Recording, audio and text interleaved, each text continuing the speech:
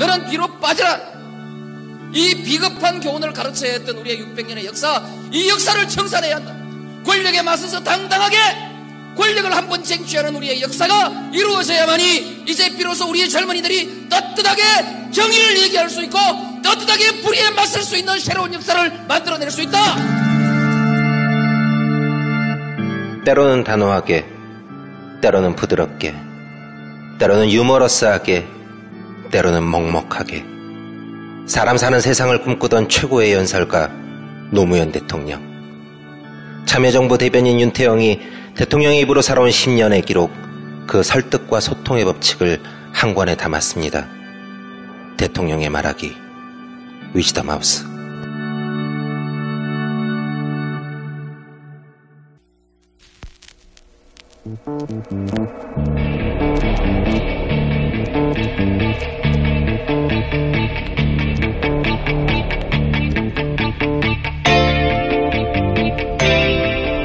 안녕하세요, 김원준입니다. 중국 어선의 서해상 불법 조업에 정부는 함포 사격까지 권장한다고 발표했습니다. 사실 이런 강경 대응 선언은 이전에도 있어 왔습니다. 그러나 우리 군이 중국 민간인에게 대포를 직접 쏘기란 사실상 불가능합니다. 중국과의 외교적 마찰을 생각하면 더욱 그렇습니다. 이런 정부의 딜레마에 만약 누군가가 맞아도 절대 뼈가 부러지지 않고 아무리 심각한 뇌출혈도 300일이 지나면 병사로 판명돼서 저절로 가해자가 사라지는 신비한 물대포가 한국에 있는데 무슨 걱정이냐고 한다면 우리 정부는 뭐라고 답할까요? 말도 안 되는 소리라고 할 수 있을까요? 김어준의 궁금증이었습니다.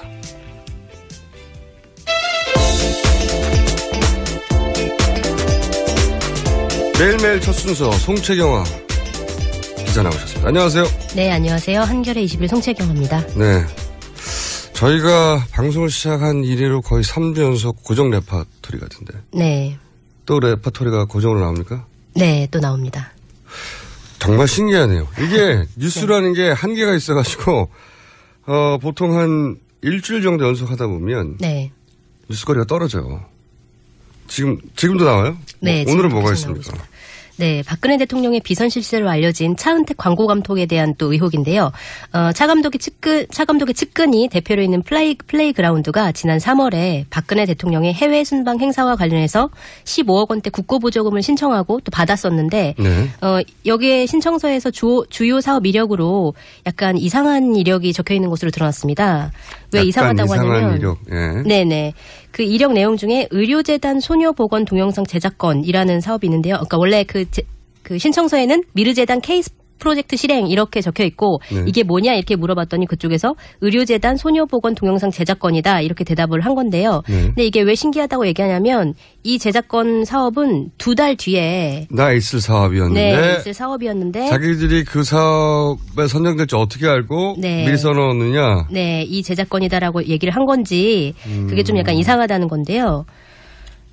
그러니까 이제 15억 원대 국고보증을 받고 그 이후에 이 플레이그라운드라는 회사가 한국국제보건의료재단이 발주한 소녀보건 관련 보건교육 프로그램 영상물 제작권을 수의계약으로 따낸 게 있었습니다. 네. 근데 이거는 뭐 박근혜 대통령이 아프리카 순방 때 현지에서 상용할 목적으로 제작된 건데 이거는 5월에 계약이 이루어졌는데 3월에 이미 자신들의 네. 사업 내용으로 제출을 해서 10억을 받았다. 그러니까 요 의혹 제기의 핵심은 아직도 사업 계약이 되지도 않고 사업도 없는 사업을 자신들이 2달 전에 이미 딸 걸 알고 있었다는 거네요.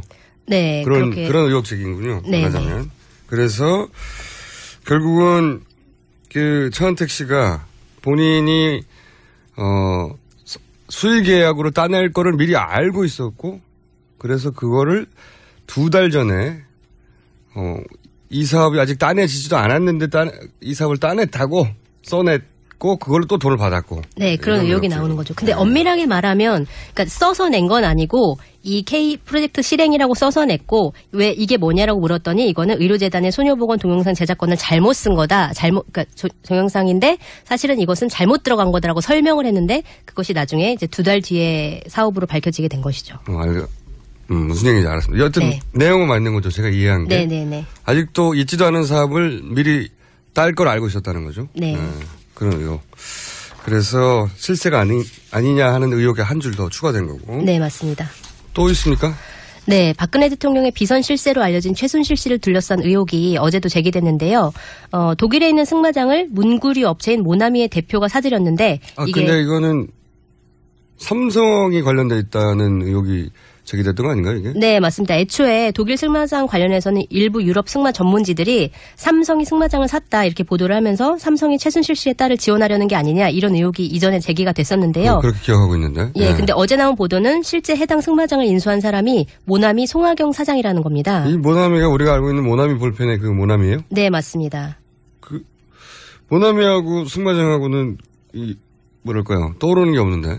네, 그 승마 관련된 사업도 뭐 한다고 얘기가 되어지긴 하는데 그렇다고 하더라도 이제 모나미에서 승마장을 산 거는 좀 이례적이다 이런 평가가 나오는데 그 이유는 뭐냐면 승마장이 28억이라고 해요. 그래서 승마장 28억에 샀는데 이 승마장을 산 업체가 모나미 그러니까 그 송 사장인데 이게 실제로 보면은 티펙스라는 모나미의 계열사가 직접 산 건데 이 티펙스의 영업이익이 5억 원 가량이라고 하는데 이 영업이익이 네네. 1년에 5억인 회사가 28억짜리 한 마리 샀다. 네. 아하. 그게 좀 약간 이상하다는 거고요. 너무 규모가 크지 않느냐. 네. 회사 규모로 볼 때. 네네. 근데 이제 모나미의 회장님이 따로 있겠죠? 아마도? 혹은 그렇겠죠. 사장님이라고 그냥 거기서 부르나요? 승마의 애착이 너무 커서. 그러니까 우리가 삼성이라고 의혹 보도를 했는데 사실은 삼성이라고 한 것은 죄송합니다. 국내가 아니라 유럽 매체에서 등장한 거군요. 유럽, 그쵸? 마장 마술 전문지들이 삼성이 샀다. 이런 보도가 있자 국내에서 삼성이 무슨 관련이 있는 거 아니냐. 의혹이 제기됐는데 그게 아니라 모나미라는 사실이 처음 나온 거잖아요. 네, 모나미라는 사실이 처음 나온 겁니다. 네, 처음 나온 거고 모나미하고 삼성하고 관계가 있다. 이게 또 나와야지. 네, 맞습니다. 그래서 또 다른 의혹이 나온 거는 모나미가 승마장을 인수하기 사흘 전에 삼성으로부터 99억 원대 그러니까 거의 100억대에 가까운 일감을 받았다는 이제 사실이 드러난 건데요. 그렇군요. 이게 보면은 모나미 전체 매출의 6.6%고 지난해 모나미 영업이익이 96억 원이었는데 100억대면 그거보다 훨씬 더 많은 이제 액수죠. 그래서 이것 때문에 삼성이 모나미를 통해서 독일 승마장을 인수해서 최순실 씨 딸을 후방으로 지원한 것 아니냐 이런 의혹이 제기되고 있는 겁니다. 우회 지원? 네. 네. 쿠션 지원을 했다. 네네. 이렇게 삼성이 직접 나서는 건 부담스러우니까. 네. 모나미에 후원을 하고 모나미가 산 게 아니냐. 네. 라고 의혹 제기할 만한 정황들이 있네요. 네, 맞습니다. 그렇군요. 그러면 삼성은 모나미에게 이런 일감을 주고 나서 뭘 받았을 거 아니에요? 삼성이 일감을 준 건 어떤 일감을 줬냐면 삼성이 2018년도 평창 올림픽에 후원을 하는데 그 물품에 돈 대신에 모나미의 물품을 후원한다 이렇게 얘기한 건데요. 근데 대체적으로는 자사 물품을 후원하는 경우는 많지만 이렇게 하청을 줘서 후원하는 경우는 아주 흔한 경우는 아니다 이렇게 얘기가 나오고 있습니다. 네, 흔한 경우가 아닌 게 아니라 좀 이상하죠. 삼성이 재벌이고 만약에 뭘 한다 갤럭시를 후원하는 게 아니라 갑자기 네. 모나미에서 물건을 100억대 사가지고 후원한다는 거잖아요. 네, 그렇죠. 네. 이게 뭐랄까요? 완성이 되네요, 그림이. 삼성은 그 의혹의 완성인 거죠. 팩트의 확인까지는 아직 멀었지만 삼성이 그 물건을 사주고 대신 모나미는 승마장을 사주고 네. 그리고 나서 모나미의 물건은 필요 없이 샀다. 그러니 후원으로 주고. 네. 그러면 남는 고리 하나는 삼성이 왜 그렇게까지 했냐 이거죠. 삼성이 거꾸로 받은 혜택은 뭐냐? 뭘까요? 그거가 없다. 완성이 아직 안 됐네요. 네. 네. 그렇게 완성이 돼야 완전한 그림이 그려질 텐데, 그 부분은 사실 권력의, 만약에 사실이라면, 이런 의혹 제기가 사실이라면, 권력이 직접 개입된 거니까, 네. 밝혀지긴 굉장히 어렵겠다. 하지만 그림의 상당 부분은 그려졌네요. 네. 자, 다음 뉴스. 아닌 뉴스 좀 알려주세요. 아닌 뉴스. 네, 알겠습니다. 이게 아닌 뉴스 말씀드리겠습니다. 네. 지난 4.13 총선을 앞두고 공천 과정에 개입하고 외압을 행사했다는 의혹이 제기된 새누리당 최경환 의원과 윤상현 의원이 있었죠. 그리고 현기환 전 청와대 정무수석도 있었는데. 녹취록. 네네, 녹취록 사건이요. 네. 네. 이 사건에 대해서 검찰이 무혐의 처분을 내렸습니다. 그럴 줄 알았어요. 네, 그때 당시 녹취록에서 윤상현 의원이 김성애 전 의원에게 전화해서 뭐 까불면 안 된다. 내가 별의별 것을 다 가지고 있다. 이렇게 거의 협박하는 수준의 녹취록이 공개가 됐고 이것 때문에 윤상현 의원은 공천을 받지도 못하고 이런 상황이었는데 이제 검찰은 이거에 대해서 서로 친분이 있는 상태여서 협박으로 보기 힘들고 네, 지역구를 바꾸라는 단순한 조언을 한 것으로 보인다면서 무혐의 처분을 했습니다. 아, 친분이 있으면 협박이 안 되는 겁니까? 여하간 당시 핵심은 이거죠. 서청원 의원, 친박계의, 형이죠. 네, 큰형. 친박계의 맏형이라고 불리는 서청원 의원의 지역구였죠. 거기가 네, 경기도 그 화성가. 지역구에 다른 분이 나오려고 하니까 네. 여기 오지 마. 네, 한마디로 맞습니다. 말하면. 네. 그런데 그때 전화로 협박을 했는데 그 내용이 이제 나중에 폭로된 거죠. 네, 맞습니다. 그런 사건인데 이거 공천 개입한 거 아니냐라고 네. 했지만 검찰은 아니다. 서로 아는 사이인데 뭐 하고 결론 났다는 거죠. 네, 맞습니다. 요 사건에 대해서는 저희가 잠시 후 이어질 내부자 둘 코너에서 좀 자세한 얘기 나눠볼 테니까 다음 뉴스로 넘어가 주십시오. 네, 지난 7일 해경 고속단정이 중국 어선의 충돌로 침몰한 사건에 대해서 중국 정부가 어제 오히려 한국 정부의 월권 행위를 주장하면서 반박하고 나섰는데요. 한국과 중국이 외교적으로 정면 충돌하는 양상을 보이고 있습니다. 정상 중국 외교부 대변인은 어제 브리핑에서 중국 어민들이 한국 수역을 침범했다는 한국 주장에 근거가 없다. 사건 발생 지점은 중한 어업협정이 규정하는 어업활동 유지 수역에 위치한다. 이렇게 얘기를 했습니다. 또 무력 사용을 포함한 한국 정부의 강경 대응 방침에 대해서는 중국인의 안전을 해칠 수 있는 과격 행위의 수단을 취하면 안 된다. 이렇게 비판을 했습니다. 네. 이건 예상되던 거였죠. 우리가 민간에게 대포를 쏜다고 했으니까. 네. 사실 강경 대응책들이 그동안 계속 수위를 높여왔거든요. 네. 뭐 이전의 강경 대응책도 그대로 된 적은 한 번도 없어요. 근데 계속 수위를 높이다가 왜냐하면 또 나왔으니 또 더 센 걸 내놔야 되잖아요. 이번에는 한포 사격을 한다고 했는데 네. 그 민간한테 대포를 쏜다는 건 그거 사실 상식 밖이거든요. 그러니까 뭐 중국 외교부에서 가만히 있을 리가 없고 반발하니까 한포 훈련을 어제는 또 취소했어요. 네, 맞습니다. 네, 취소하고 또 오늘은 왜 취소하냐고 그랬더니 오늘 또 하겠다고 하고. 네. 이거는 우리 뜻대로 안 될 것이다. 제스처를 한번 세게 했더니 중국이 왜 그래? 하자 외교 마찰을 걱정한 쪽에서 왜냐면 어차피 쏘지 않을 거거든요. 어선에다가. 국내용이지. 네. 그러니까 뭐 이러다가 말 겁니다 아마. 다음 뉴스 전해주십시오. 네, 알겠습니다. 검찰이 백남기 농민의 사망 원인 중 하나로 빨간 우이 남성 가격서를 염두에 두고 수사를 해온 사실이 확인됐는데요. 잠시만요. 네. 문자가 송채경화 기자 감기 들지 말라고 왜 이렇게 많이 오는 겁니까? 가족이에요? 모르겠습니다.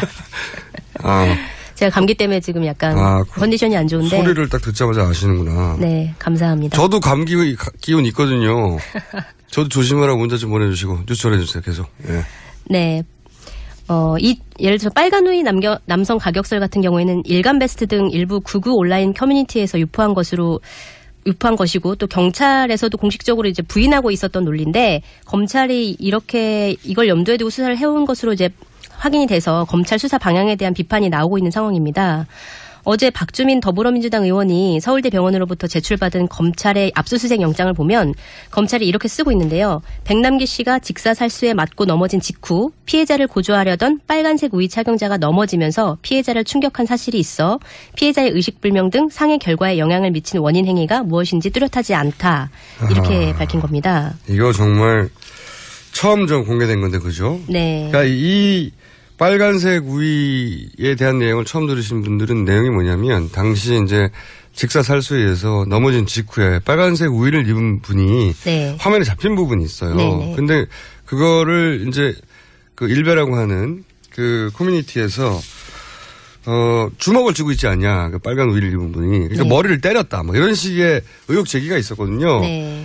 이건 사실은 그런 극우라고 불리는 그 커뮤니티 일부 게시판의 내용일 뿐인데 네. 이게 이제 1년이 지나고 나서 경찰이 압수수색 부검영장을 신청할 때 실제 그런 의혹이 있으니까 부검영장을 내놔라. 이렇게 신청을 했다는 거고요. 근데 이게 거기서 끝나지 않고 새누리당의 의원들도 이 주장을 하기 시작했어요. 네, 맞습니다. 김도읍 의원이나 뭐 김진태 의원, 그다음에 어제 그저께는 나경원 의원도 언급을 하면서 이 주장을 하기 시작했는데요. 사실 이거는 좀 약간 황당한 추정이다 이런 얘기들이 많이 나오는데 뭐 예를 들어서 빨간 호의소를 주장하는 이들이 백 씨가 코피를 흘렸다. 그래서 가격해서 다친 것이다라고 주장을 하는데 뭐 백선아 서울대 신경외과장 같은 경우에는 국가인권위 조사에서 코뼈 등의 손상은 관찰되지 않았다. 이렇게 밝힌 바 있고요. 또 경찰 같은 경우에도 자기들 스스로 백남기 씨의 외상이 경찰 물대포에 의한 거다. 이렇게 인정한 게 있었는데요. 경찰은 뭐 법원에 제출한 보고서에서 피고 대한민국은 원고 백남기가 살수차에 살수에 맞아 외상성 경막하 출혈이라는 부상을 입은 사실은 인정한다. 이렇게 밝힌 바 있습니다. 그런데 또 부감영장을 신청할 때는 이게 빨간색 우리 착용자한테 맞아서 그런 걸지도 모른다. 네. 라고. 이렇게 되면은, 경찰 잘못이 아닌 게 되죠. 네, 그렇게 될 수도 있겠죠. 그렇게 될 수도 있는 가능성을 열어두고 이제 경찰이 이 일을 시작한 겁니다. 네. 오늘 여기까지 하겠습니다. 지금까지 송채경 기자였습니다. 네, 감사합니다.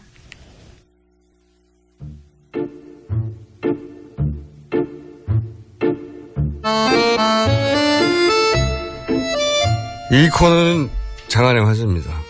네, 저희가 받는 문자 중에 가장 격렬한 문자를 받습니다. 이분들 누구냐? 미치겠다. 방송이 이렇게까지 재밌을 수 있느냐? 내부자 둘. 네. 선수의 나이는 거꾸로지만 선수에 따라 국회의원은 선수거든요. 소개를 드리겠습니다. 무줄도사 안민석 의원 나오셨습니다. 안녕하십니까? 네, 저는 오늘 해방의 아침을 맞았습니다. 안민석 의원입니다. 해방의 아침이요? 이유는 잠시 후에 여쭤보겠고. 그리고 외나무 선생 김성태 선생님 나오셨습니다. 네, 새누리당 김성태입니다. 네. 이분들이 왜 무줄도사와 외나무 선생으로 불리는지 30초 버전으로 설명드리면 안민석 의원님은 줄이 없습니다. 줄을 안 쓰는 게 아니고 줄을 쓰면 줄이 사라집니다.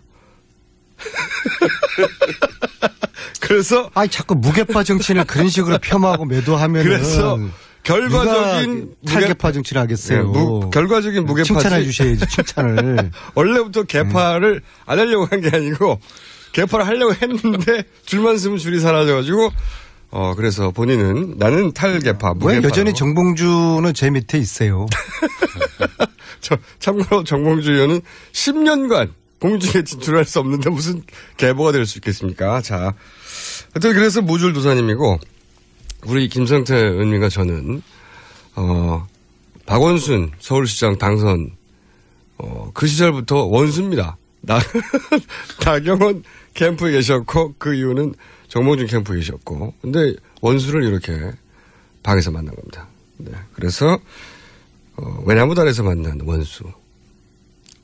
외나무 선생이라고 부르고 있는데 이 두 분이 기존 방송에서는 단 한 번도 존재하지 않았던 말도 안 되는 막싸움을 하시다가 방송이 계속 끝나서 근데 그 속에 또 진실이 또 담겨 있어요. 굉장히 재밌다. 반응이 대단합니다. 혹시 그 반응을 들어보셨어요? 주변 조금 전에 네. 이제 김어준 공장장께서 네. 외나무 다리라 그랬는데 네. 제가 사실상 이 방송 처음에 참여할 때 고민했다 그랬잖아요. 네. 이 안민석 의원님과 또 김어준 공장장이 작당을 해서 네. 천만 우리 서울 시민들에게 이 작당 표현은 속기록에서 삭제해 주시고 그건 좀 표현이 가했습니다. 네. 좀 모의로 하세요 그냥. 좀 네. 편파적인 방송이 우려돼가지고 솔직히 제가 참여했어요. 네. 그걸 참여 또 피하고 이러고 새누리당에서 안 하면은 되려 상황이 더 나빠질 수도 있기 때문에. 근데 의외로 방송에서는 지금 많이 자제되고 있는 부분이 그나마 다행이고 그래서 저도 앞으로도 정성껏 제가 이 방송에 참여하겠습니다. 다른 데 나가실 데가 없어서 그런 거 아니고요? 제가 이 방송 섭외 출연 새누리당이 1위입니다. 저 오만의 말씀을 하시는데. 사실관계가 달라요. 네. 김어준 총수하고 저하고 관계는 이제 낙곰수 인연으로 제가 네. 낙곰수 주진호, 정봉주, 김어준 세 사람의 후견인 역할을 하면서 처음 듣는 이야기인데.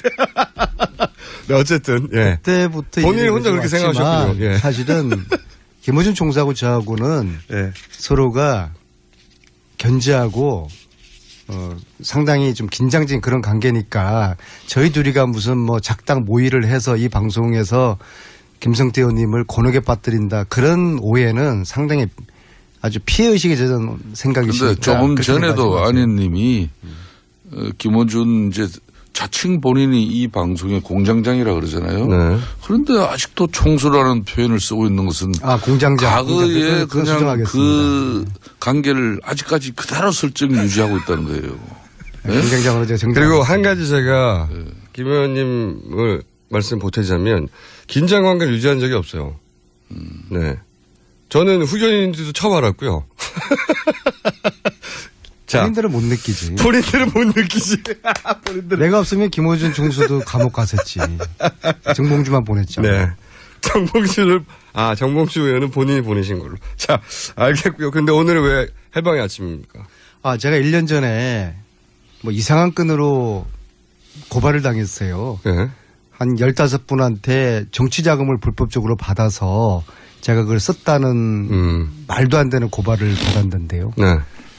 1년 됐지 않습니까? 그 다음에 이번 선거하면서도 말도 안 되는 건으로 그 선거법 위반 고발을 당해서 한 5건 정도를 제가 고발을 당했어요. 예, 그러니까. 무질도사한테 왜 그런.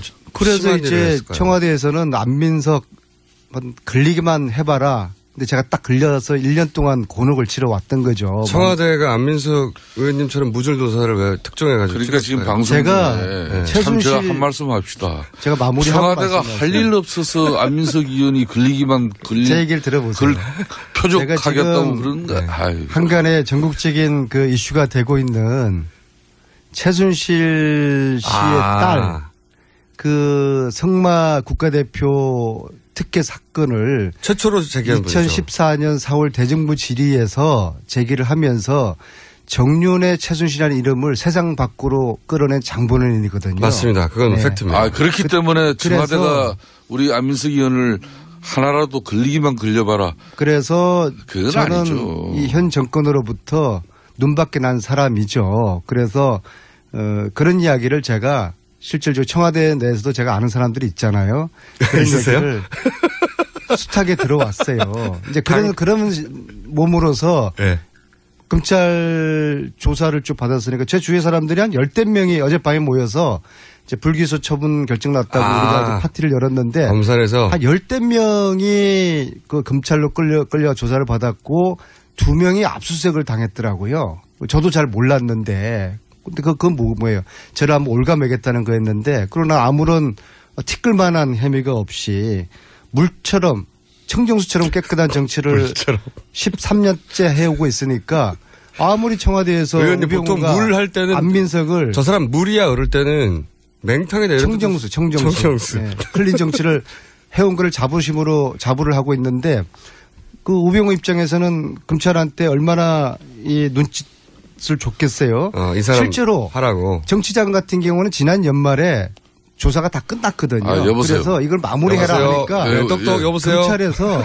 검찰에서 한숨만 푹 쉬면서 위만 쳐다보는 조사님 말이 너무 길어지는 것 같다고. 그러한 이제 저를 얽매고 있던 일이 이 사건이 어제부로 다 종결이 되었습니다. 그래서 해방의 아침을 제가 맡고 있다고 말씀드렸습니다. 이 지금 생방송 중이에요. 이야기가 길어서 대단히 죄송합니다. 아무리 여기 우병우 수석이 없고 청와대 관계자가 없지만은 그렇게 억척으로 본인이 선거법이나 본인이 정치자금법 위반 혐의가 있어 그 고발한 사람들은 있어 보이니까 한 건데 그동안 검찰 조사를 통해서 그 혐의를 벗었으면은 그냥 겸손한 자세로 그걸 배석물 마음을 이렇게 후련하게 자신이 이렇게 관리를 하면 되는 거지.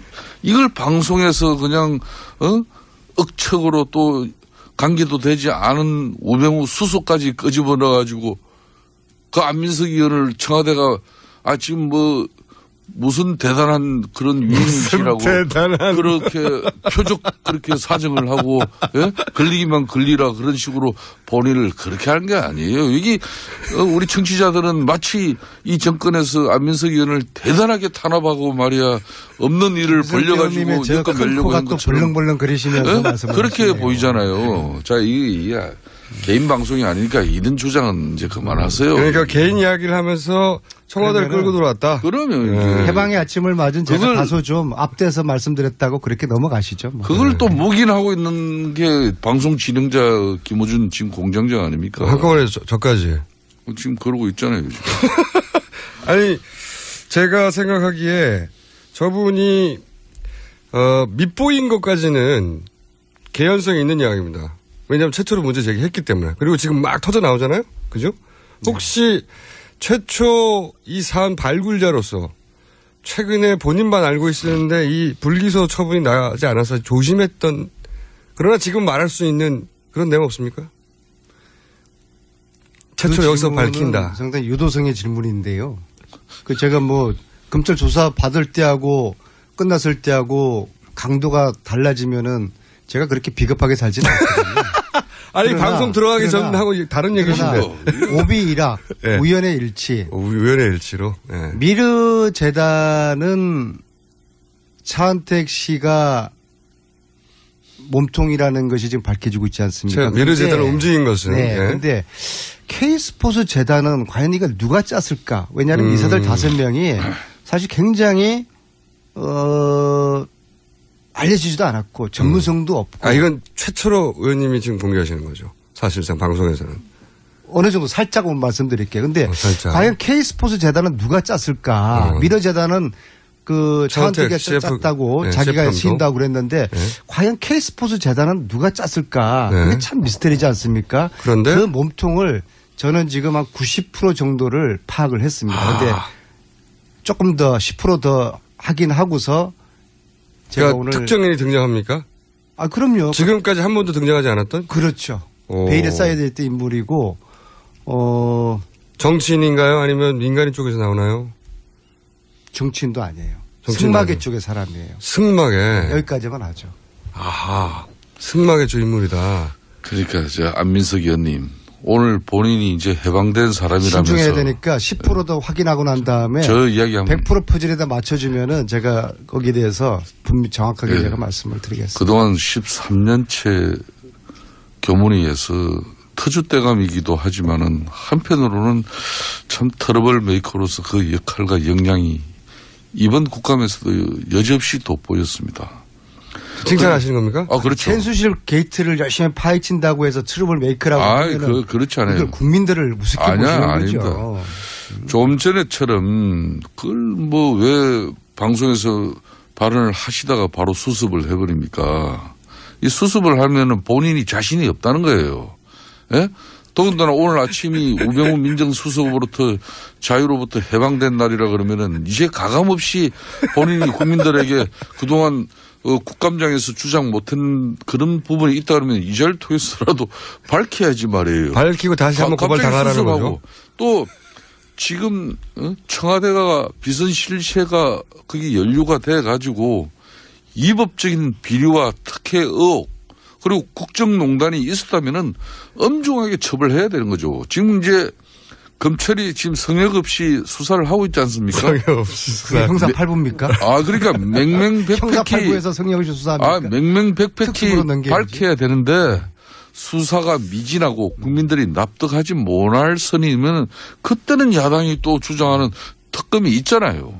이렇게 해서 이걸 국민 의혹을 제기한 당사자로서 이걸 신속하게 이 문제를 접근하도록 해야지 말이야.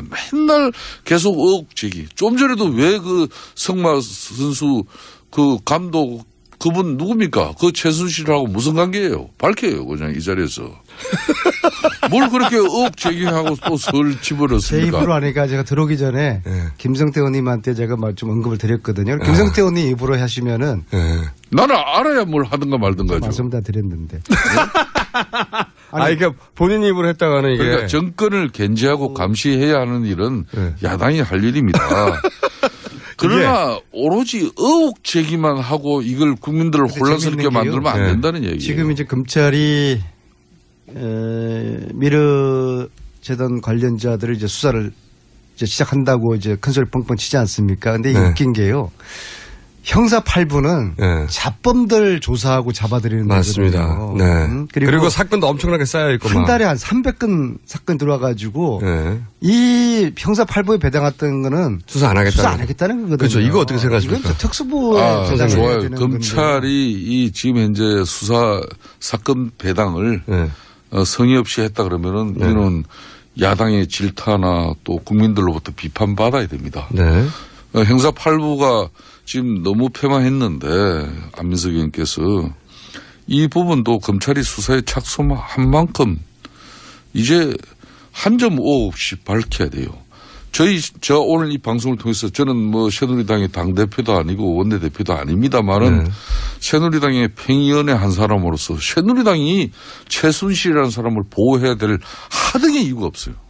근데 지금 그렇게 그러니까 정의는 그럼 다 내주세요. 정의. 18명을 한 명도 안 내주잖아요. 저도 그 부분은 제가 소관 상임위가 아니기 때문에 제가 뭐 구체적으로 답변을 못 드리지만은 잘못된 거죠. 그럼 우리 제가 지금 언론에 나오는 그런 사실과 야당의 또 주장 중에서도 상당히 또 합리적인 부분도 있어요. 네. 뭐 그렇다면 이런 부분에 대해서는 왜 새누리당 원내대표가 교섭 대표로서 이렇게 책임을 지고 있는 사람이 왜 교문에서 이와 관련 의혹을 해소하는데 보다 적극적으로 규명하고 해소할 필요가 있는데 왜 정인 채택에게 그렇게 비협조가 되고 있는지 저는 소관 상임위가 아니기 때문에 모르겠습니다만은 저는 굳이 그렇게 야당으로부터 공색해질 필요가 없다고 봅니다. 공색하다고 생각을 하시는군요, 지금. 저는 개인적으로는 공색하다고 해요. 이거 뭐 의혹이 없으면은 그럼 지금 내주면 되는데 왜 한 명도 안 내주나? 이거 궁색하다. 그러니까 이제 아마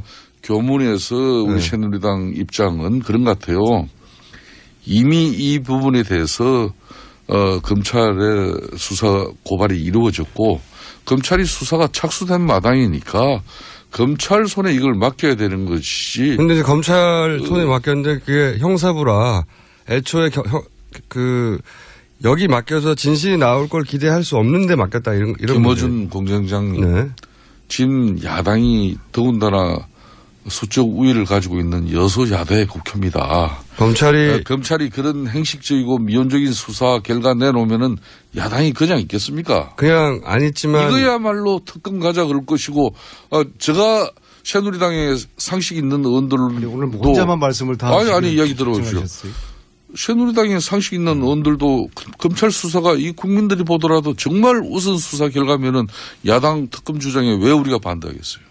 K스포츠 재단 몸통이란 그 분에 대해서는 요 10%만 더 퍼즐이 맞춰지면은 제가 책임지고 이 부분을 제가 명확하게 다 설명을 국회에서든 기자회견을 통해서든 드릴 거고요. 그렇게 되는 겁니다. 지금 현재 미르재단 관련된 이 의혹은 대통령이 이걸 해결을 해야 돼요. 안종범 수석 사퇴시키고 그리고 최순실 차은택 수사하라. 요 이야기만 대통령이 딱 하시고 지금 국회는 이제 민생에 올인하면 되는 거예요. 그렇죠. 그리고 또 그러면은 여야 의원들이 필요성 느끼는 개헌 논의 시작하고 그래서 좀 더 생산적이고 미래지향적인 국회가 돼야 되는데 우리가 이 미르재단 여기에 파묻혀 가지고 국정감사 3주 내내 이걸로 다 논란이 됐던 거 아닙니까? 이거 대통령이 정리해 주지 대통령이 이거를 가리려고 하시니까 여당 의원님들이 결사 또 저지하는 거 아니겠어요? 맞아요? 정의는 한 명도 못 내주겠다. 그런 사태 생기는 거 아닙니까? 우리가 전부 다 의혹이라고 이야기를 하시고. 이 문제 제기에 최초 이제 발단지인 안민석 의원이 이제 제대로 할 이야기를 하는 거예요. 아, 그래요? 결론은 K스포츠 미르재단의 최종 종착역은 박근혜 대통령을 지금 겨냥하고 있는 겁니다. 네. 오늘 아침에 처음으로 정확한 말씀하셨어요. 저 관련성을 지금 가져가려고. 가져가려고? 그렇죠. 그렇지만은 대통령이 여기에 실질적으로 관여되고 또 개입된 그런 정황을 살펴볼 수가 없으니까 끊임없이 문제적이 없습니까? 좋은 말씀하셨네요. 네? 대통령께서 오해를 받지 않습니까? 이거 사실과 무관하다면 얼마나 억울하실 거예요. 그럴수록 자 그럼 최순실 차은택. 나 관련 없는데 이 사람 이름 왜 나와? 지시해야 되는 것이죠. 좀 말이 맞지 않습니까? 이걸 하지 않고 모든 이야기들은 근거 없다 터무니없다.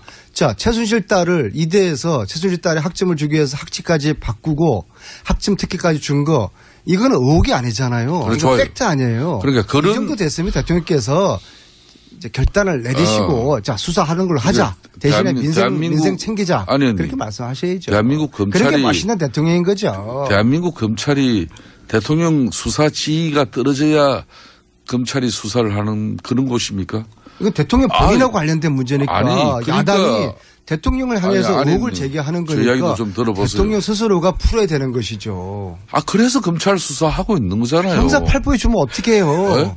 검찰 수사가 되고 형사 있고. 형사 8범은 잡범 중에서도 부동산 투기범이라든지 부동산 관련된 사건을 담당하는 데인데 여기에 느닷없이 미러스포츠 이거를 갖다가 미러재단, K스포재단 이거 수사라고 형사 8부에 배당하면은 웃기는 거죠. 형사 8부가 각급 사설 그리고 재단 이런 문제 여기서 비롯되는 갈등 부정에 대해서 수사하는 곳이에요. 그걸 가장 정상적인 행사부에 이 사건이 배당돼 있는데도 불구하고 지금 안민석 의원은 네. 야당이 이만큼 의혹 제기하고 사회적 이슈가 되어 있으니까 검찰총장이 특수부에 배당해가지고 사회적으로 그만큼 크게 인식이 될 수 있는 그런 공개적인 검찰 수사하라는 이야기예요. 또 그것도 부족해가지고 대통령이 나서서 직접 검찰 수사 지휘를 독려해라는 그 이야기예요. 제가 오늘 보기에 약간 오늘은 안에 외나무 선생님 공장장으로 좀 빠져보세요. 약간 밀리시는 것 같아요. 공장장으로 좀 빠져보세요. 자, 네? 최동욱 검찰총장 사건 때 어땠습니까? 대통령께서 공직자는 한 점의 부끄러움이 없어야 된다. 한 점의 의혹이 없어야 된다. 딱 얼마나 멋있게 말씀하셨습니까? 그래서 최동욱 아웃시켰지 않습니까? 네. 우병우 수석 같은 경우에 안종부 수석 같은 경우에 그 말씀을 그대로 하셔야지 일관성이 있는 거죠. 공직자는 국민들로부터 한 점의 의혹을 받지 않아야 된다. 어떻게 생각하십니까? 저는 인정해요. 그렇게 말씀하시라. 좋은 주장하는 것이고 네. 최동욱 검찰총장 같은 경우는 언론에서 문제 제기가 돼가지고 사회적 큰 파장을 일으켰고 그래서 이제 또 검찰에서 수사가 이루어진 거죠. 이번 케이스도 언론에서. 이거 최동욱 검찰총장 문제도 대통령이 먼저 검찰의 수사 지휘를 해가지고 이 수사 결과가 나온 게 아니에요. 그러니까 대한민국은 적법적인 절차에 의해서 검찰이 잘 작동할 때는 작동이 되고 있고 또 대통령이 특단의 결심을 가지고 국민적 의혹이 부족할 때는 대통령이 좀 의지를 보여주는 그런 경우는 있어요. 그렇지만은 지금 이 문제는 야당이 단순하게 미러재단의 이런 설립 배경의 의혹 그리고 K스포츠재단의 문제가 아니잖아요. 공장장님 다음 주에는 홍상수 감독을 같이 한번 불러봅시다. 이분이 이 퍼즐을 풀 것 같아요. 왜요? 홍상수 감독이 지금은 맞고 그때는 틀리다. 그 영화 만들었지 않습니까? 박근혜 대통령의 지금이 불일치한 거에 대해서 그때는 맞고 지금은 틀린지 지금은 틀리고 그때는 맞았는지 홍상수 감독에게 이 퍼즐을 같이 한번 맞춰보죠. 홍상수 감독이 이 내용을 알고 있어서가 아니라 겨우 제목 때문에. 네. 자, 요건은 그러면 다음 주에 구체적인 걸 나머지 10%를 채워서 오실 때 구체적 공방을 하기로 하고 선생님께서 이제 개헌하자고 치고 나가셨잖아요. 왜 그걸 치고 나가신 거고 개헌하자는 얘기는 청와대에서 그 얘기 지금 하지 말라고 여러 번 했지 않습니까? 지금 청와대를 받으신 거예요? 아니 헌법기관인 대한민국 국회의원이 본인의 정치적 소신을 가지고 이 시대적인 상황을 저는 더 이상 이 개헌 없이는 해결할 수 없다고 보는 사람 중에 한 사람이에요. 그러니까 이 대통령제의 절대 권력은 야당으로부터 엄청난 정치적 공세가 이어질 수밖에 없는 거고 그로 인한 정쟁은 하루도 마를 날이 없어집니다. 30년 전 그러니까 1987년도에 개헌이 이루어지고 난 이후에 이 30년이 지난 지금 대한민국 현실을 갖다가 지금 헌법은 담아내기는 부족합니다. 저는 그런 측면에서 현행 헌법도 나름대로 시대적인 소명을 다했다고 볼 수 있지만은 내년 대선을 앞두고 있기 때문에 실질적으로 내년 4월 12일이 이 개헌의 마지노선이 저는 될 수 있다고 보고 있습니다. 만일 이때를 놓치면 앞으로 또 10년, 20년 또 가버립니다. 국민적 합의를 바탕으로 개헌을 한다면은 청와대의 우려처럼 그런 블랙홀도 생기지 않고 87년도 개헌한다고 해서 그때 당시 이 경제가 더 악화되고 어려진 거는 결코 아니거든요. 또 내년 돼버리면은 각 당에서 흔히 말하는 대선 후보가 웬만큼 가시화돼 버립니다. 그러면 절대 이 개헌을 할 수 없어요.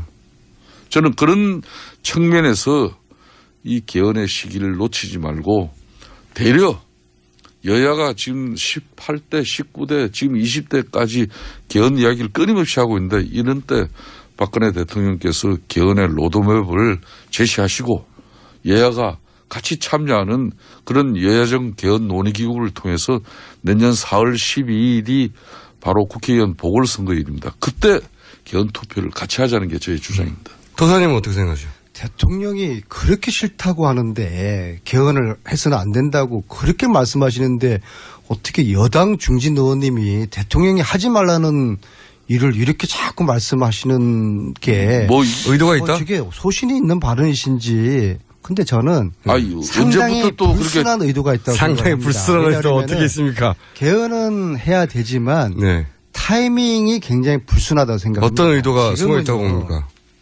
지금 전국은 여당이 완전히 수세에 몰려 있는 상태 아닙니까? 우병우 사태, 미르 K스포츠 재단 의혹, 최순실, 차은택 이런 이름들 여당이 초유의 국정감사 보이코트 이런 악재가 겹치면서 여당이 거의 뭐 그렇게 직전이고 이정현 대표 체제가 완전히 지금 흔들리고 몰락 직전에 있거든요. 대통령 지지율도 가장 최근에 초유로 30% 이하로 떨어졌어요.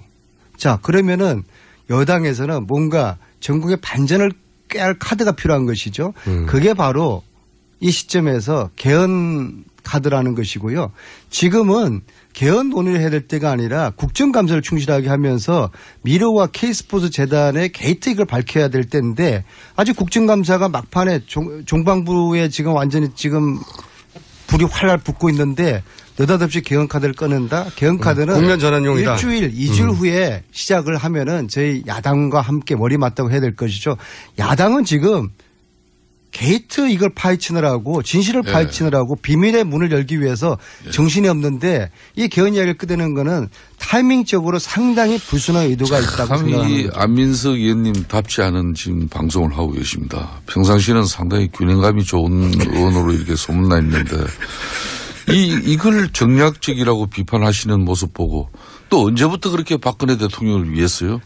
박근혜 대통령이 이렇게 개헌 반대하는데 왜 김성태 의원이 그걸 문제 제기하냐 이렇게 주장하는 것은 제가 오늘 해방의 안 아침에 맞죠. 박근혜 대통령에 대해서 상당히 좀 관대해지고 싶어요. 좋아요. 그럼 제 이야기 한번 들어보세요.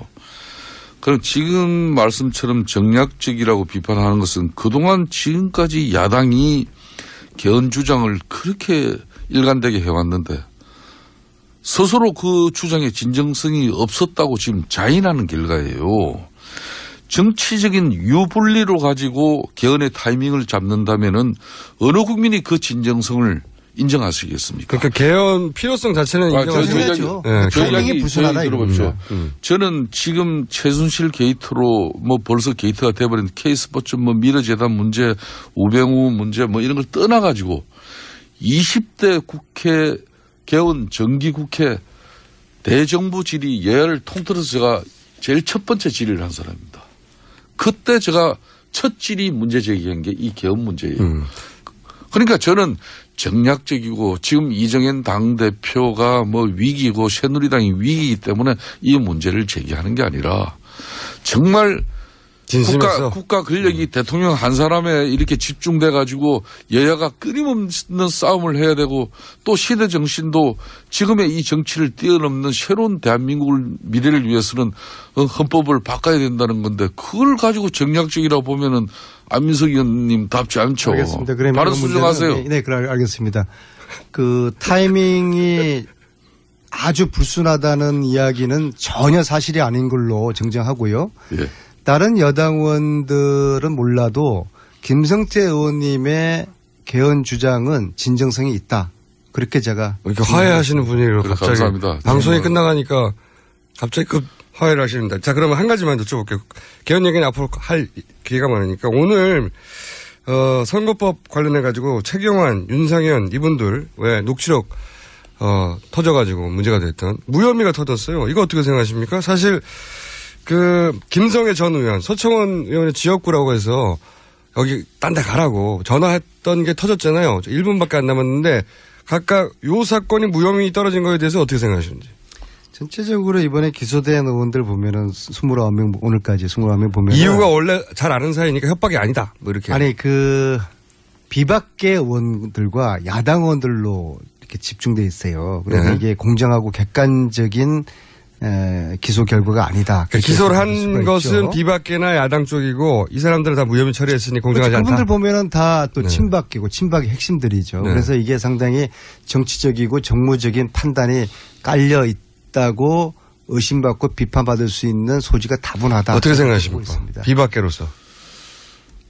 저는 안민석 의원의 일방적인 주장에 저는 같이 동조하고 싶은 생각은 없습니다. 많은? 예. 그렇지만은, 최경환, 윤상현, 행기한 이 검찰 결과는, 당사자인 김성애 후보 자신이 협박당하지 않았고 또, 그로 인해서 체포 감금 이루어진 부분이 아니기 때문에. 역시? 그걸 굳이 검찰이 봐주기 수사다 이렇게 보고 싶지는 않습니다. 많은? 나머지 이제 기소 선거법 정치자금법 위반 기소자들에 대해서는 대단히 안타까운 마음입니다. 거기까지만. 네, 예. 그럼 방송 끝나고 실제 속내는 따로 들어보겠습니다. 따로 있을 것 같아가지고. 자, 안민석 의원, 김성태 의원 두 분 감사합니다. 다음 주도 꼭 나와주십시오. 안 나오실 거예요? 네, 잘하겠습니다. 전화 아니고 꼭 나오시는 걸로 약속한 것으로 그러면 나오셔야 이야기가 되거든요. 네, 감사합니다. 알겠습니다. 네, 오늘 여기까지 하겠습니다. 감사합니다. 네, 감사합니다.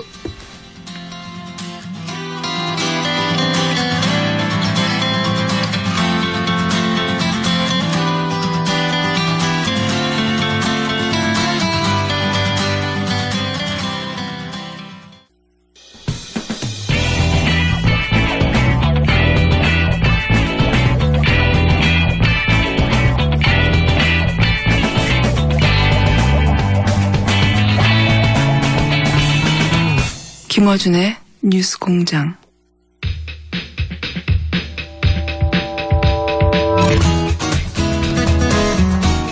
네, 많은 문자가 와 있는데 그중에 안민석, 김성태 두 의원 투닥투닥 하는데 사실은 친하죠 하는 질문이 있습니다. 두 분 사실 굉장히 친합니다.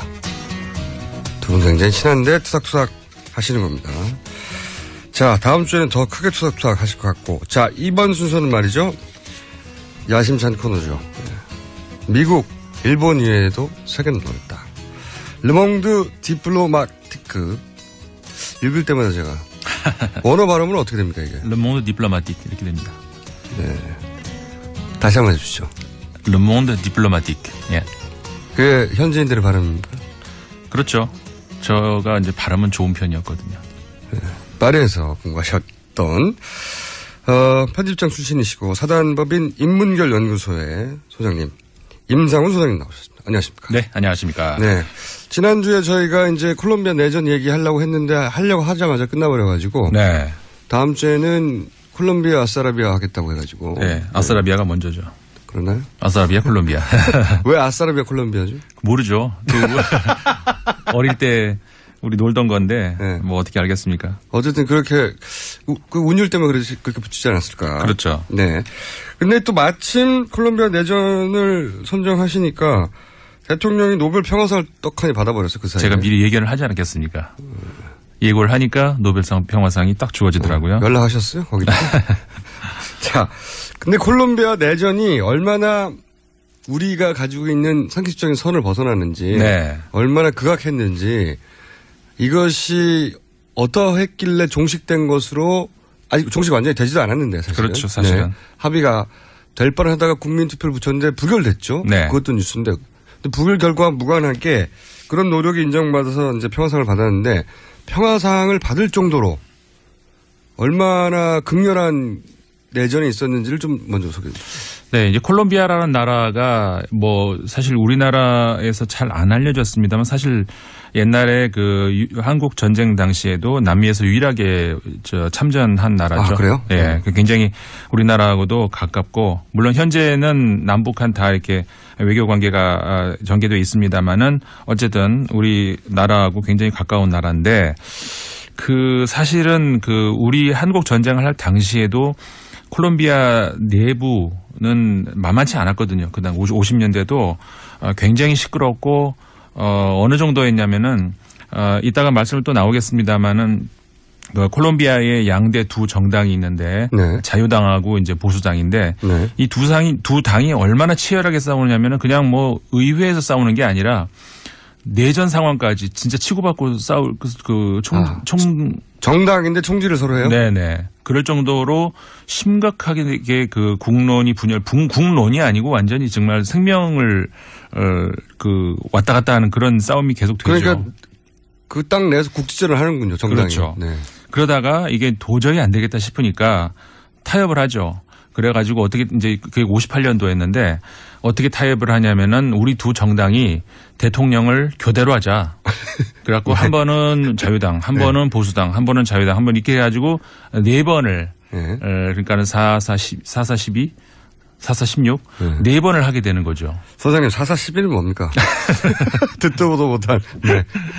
그래서 이제 그 기간이 지나고 나서는 다시 이제 정상적으로 선거를 이렇게 합니다만은 이미 그 제도권 안에 정당들끼리도 그런 내전을 하고 치고받고 할 정도로 아주 그 국내 사정이 안 좋은데 제도권 바깥에 있는 그렇죠. 문제는 또 그 이후에 그러니까 파크라고 부르는 그 혁명 그 한마디로 말하면 약간 좌익 계열의 그 이 사람들은 이제 막시스트를 주장을 합니다. 네.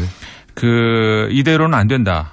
그리고 이제 그 워낙에 빈부격차라든가 어떤 그 국민들의 상당수가 지금 40% 가까이가 이제 빈곤층에 속하였는데 이건 안 된다. 나라를 좀 뒤집어 보자라는 그런 취지로 이제 이 정부군을 상대로 무장 혁명군을 조직을 하죠. 그렇다면 쿠바 카스트로 영향을 받았겠군요. 많이 받았죠. 그 시점에. 네, 그렇죠. 남미 전체가 영향을 받았지만 그렇죠. 콜롬비아도 역시 우리도 저렇게 뒤집어야 된다. 네. 빈곤층이 잘 살 수 있도록. 그렇죠. 그런 반군이 형성됐다. 네. 그래서 이제 그 정부군하고 이제 싸우는 그걸 또 우리가 내전이라고 불렀는데 그것만 있는 게 아니라 사실은 아까 제가 파크라고 말씀드렸는데 이 파크만 원래는 굉장히 많은 그 혁명 조직이 있었는데 하나로 모아져서 제일 그 세력이 큰 게 파크고 그 이외에도 또 그 ELN이라고 해서 또 있습니다. 그러니까 일단 제도권 내에서도 서로 총을 쏘는 정도였고 네. 그 제도권 바깥에 있던 사람들은 네. 또 반군을 만들어냈는데 그 반군도 갈라져 있었고. 그렇죠. 네. 근데 그 반군과 그러면 제도권 내에 있던 그 정치 세력과 싸움의 정도는 어느 정도인지 일화를 몇 개 소개해 주시죠. 그러니까 그 두 세력이 싸우는 데 있어 가지고는 그러니까는 이 아까 말씀드렸던 그 파크 같은 경우도 그 재정을 뭐 어떻게 충당을 해야 될 거 아니겠습니까? 그러니까는 어떻게 하겠어요? 마약 밀수 그리고 납치 그러면서 정부 인사들을 이제 납치를 해가지고 몸값을 요구한다든가 그리고 이제 그 자신들의 지역 인근으로 해가지고 이제 지뢰 매설 같은 거를 하고 대인지뢰 그러니까 지금 그 전 세계에서 대인지뢰가 가장 국토에 많이 묻혀 있는 나라가 또 이게 콜롬비아거든요. 그러니까 이제 국경을 사이에 두고 싸운 게 아니라 같은 나라 안에서 그렇죠. 반군이 지뢰를 매설하고 싸울 정도였고 그렇죠. 제가 알기로는 또 대통령 후보를 납치한다든가 납치하는 수준이 대통령 그렇죠. 이게 전 세계적으로 그때 굉장히 많이 크게 알려졌던 것이 잉그리드 베탕쿠르라는 여성이죠. 여성 네. 프랑스계의 콜롬비아인데 당시에 대통령 이제 그 정당을 하나를 만들죠. 녹색 산소당이라고 해가지고 만들어서 대통령 후보에 출마를 했는데 유세를 하는 도중에 사실은 들어가면 안 될 정도의 위험한 지역으로 반군 지역으로 들어간 거죠. 유세를 하러. 아니나 다를까 납치가 됐어요. 그때. 그게 2002년이었는데 그 이후로 6년 동안 그 납치 상태에 있다가 대통령 후보를 6년간 납치했다. 예. 네.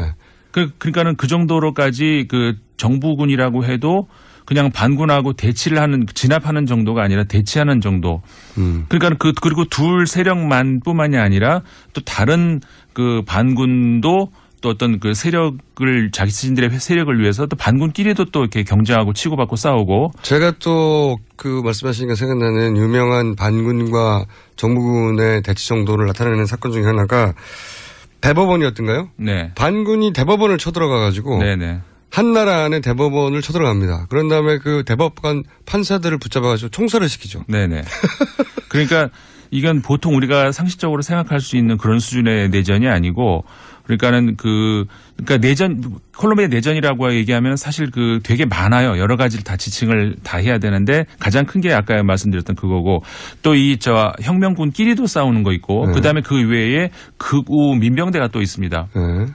게다가 또 마피아도 한 축이지 않습니까? 그렇죠. 큰 세력. 그렇죠. 그러니까는 아까 이제 마약 말씀드렸습니다만 마리화나 정도가 아니라 이제 코카인을 세계에서 가장 많이 재배를 해서 특히 이제 근데 미국뿐만이 아니라 뭐 전 세계의 대부분의 코카인이 콜롬비아에서 나왔다라는 말이 있을 정도로 엄청난 이게 큰 지하 경제를 돌리고 있었던 거죠.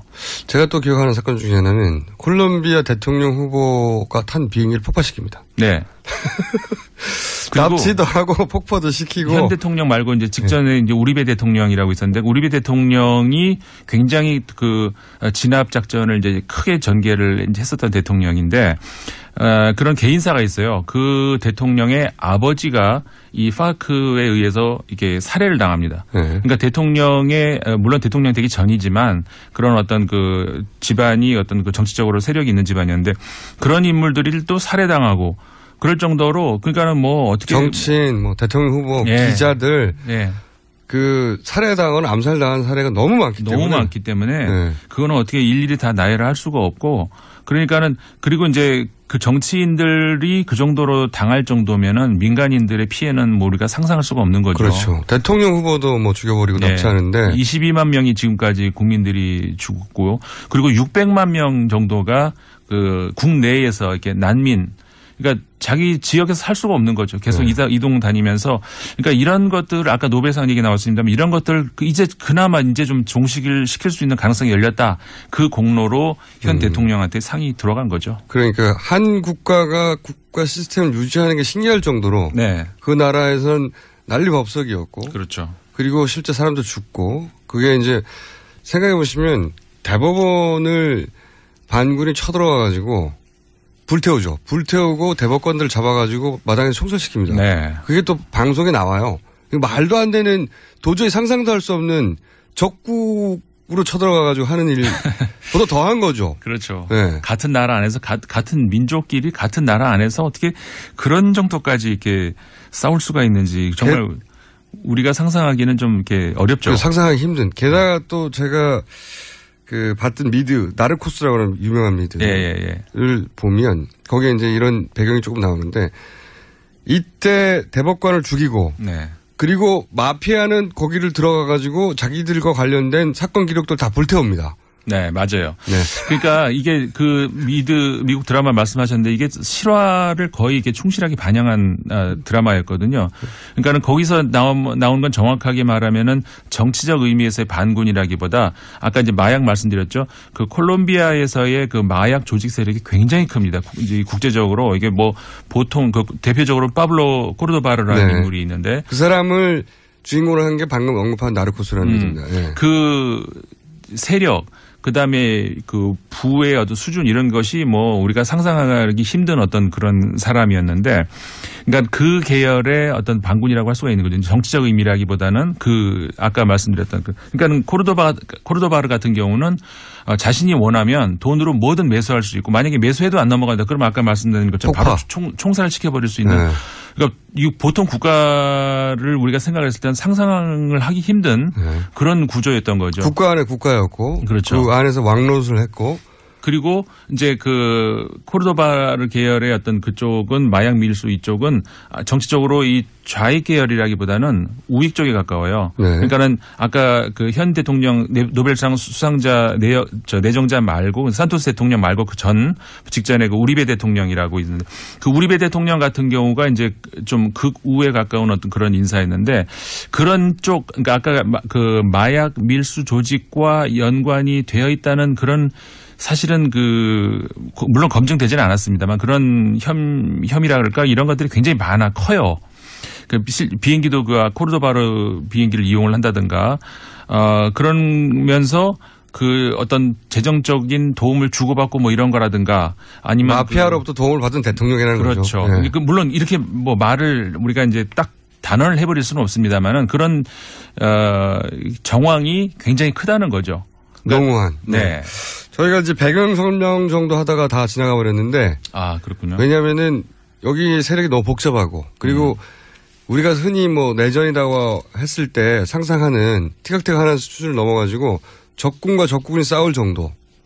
그걸 넘어서는 정도의 치열한 내전이 50년 가까이 있었다. 그렇죠. 그거를 종식시킬 실마리를 주어서 이제 노벨상 평화상을 받게 된 것이고. 그렇죠. 예. 그러니까는 그 평화를 우리가 이제 추구한다. 그리고 이제 이 방법이 크게 우리가 두 가지 아니겠습니까? 대결 아니면 대화. 근데 이제 우리가 지난주에도 팔레스타인의 경우도 봤습니다만은, 극렬하게 이제 대결을 하고 했을 때 해결이 과연 되겠는가? 안 됐죠. 결국은 대화를 통해서 그런 실마리를 찾았는데 이번에 똑같습니다. 우리베 대통령 같은 경우도 아주 끝까지 마피아 혹은 파르크로 대변되는 게릴라들을 척결하겠다. 안 되거든요. 그런데 이번에 산토스 대통령이 그 사람도 과거에는 국방장관 시절에 굉장히 매파였었거든요. 그런데 이제 대화를 통해서 해결의 실마리를 찾았던 것이 어떻게 보면 국제사회에 상당한 어떤 메시지를 주는 것이 아닌가 그런 생각도 하게 됩니다. 여기까지 하고요. 남은 부분, 아쉬운 부분은 다음 주 조금 더 다루되 다음 주 주로 다룰 국가는 어디입니까? 다음 주는 이번에 아프가니스탄에 또 시아파 사원이 테러를 당했어요. 상당히 많은 사람이 죽었는데 그걸 계기로 해가지고 이슬람에 흔히 우리가 이제 국대 뉴스에서는 많이 나오죠. 수니파, 시아파. 왜 이렇게 똑같은 이슬람인데 싸울까? 이 분쟁, 두 세력의 분쟁 이거를 좀 뿌리부터 한번 짚어드리겠습니다. 알겠습니다. 오늘은 아쉽지만 여기까지 하고 콜롬비아 미진한 부분은 다음 주 그리고 수니파, 시아파를 또 다뤄보기로 했습니다. 지금까지 아싸라비아 임상훈 소장님이었습니다. 감사합니다. 네, 감사합니다.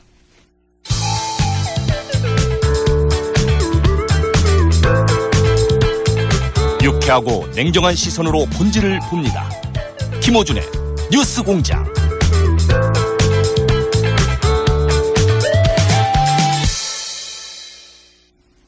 이 시각 교통정보입니다. 확실히 7시 때보다 정체가 심해졌습니다. 경부고속도로 부산 방면으로는 양재 못 가서 사고까지 있는데요. 1차로와 2차로에 사고 차량이 서 있습니다. 뒤로 한남대교 남단 진입로부터 막히는데 한남 나들목 진입해서 양재 나들목까지 가는데 본선에서만 30분 이상이 걸리고 있습니다. 분당수도로 청담대교 쪽으로는 강남 면허시험장 부근 하위차로에 화물차가 고장으로 서 있어서 뒤로 장지 이전부터 밀리고요. 올림픽대로 김포 방면으로 천호대교부터 여의 상류나들목까지 정체되는 가운데 40분 이상이 걸리고 있습니다. 강변북로 이용해서 천호대교에서 마포대교까지 가는 데는 35분 정도 걸립니다. 서울 외곽순환고속도로 구리에서 판교 방면으로 구리 남양주 요금소에서 상일나들목 사이 이후로 하남분기점에서 서하남 그리고 성남에서 판교 분기점까지 밀리고 있고 동부간선도로 성수대교 방면으로 수락 지하차도에서 월계 1교 사이 이후로도 원릉교부터는 강변북로 진입할 때까지 정체가 이어집니다. 이 시각 교통정보였습니다.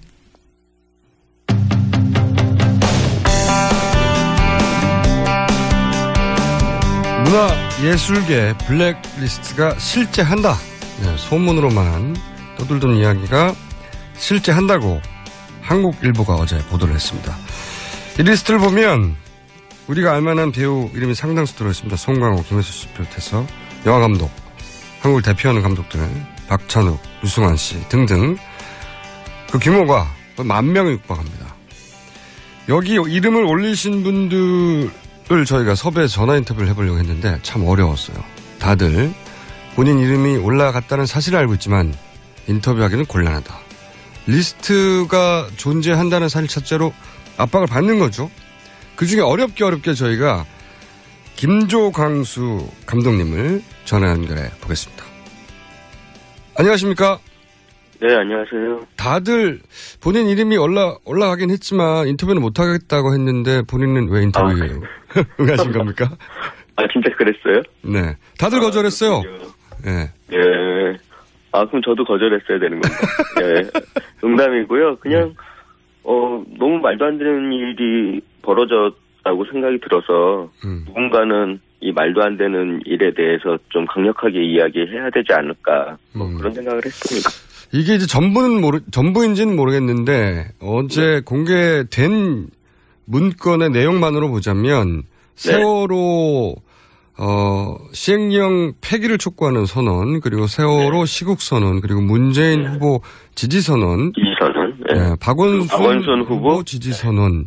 일단 공개된 문건에는 이 4건 선언에 참여한 9,473명의 리스트가 A4지 100여 장으로 존재하더라. 근데 이 중에 어디에 해당되는 감독님? 저는 보니까 다 해당되더라고요. 여기저기 다 나오셨군요. 네.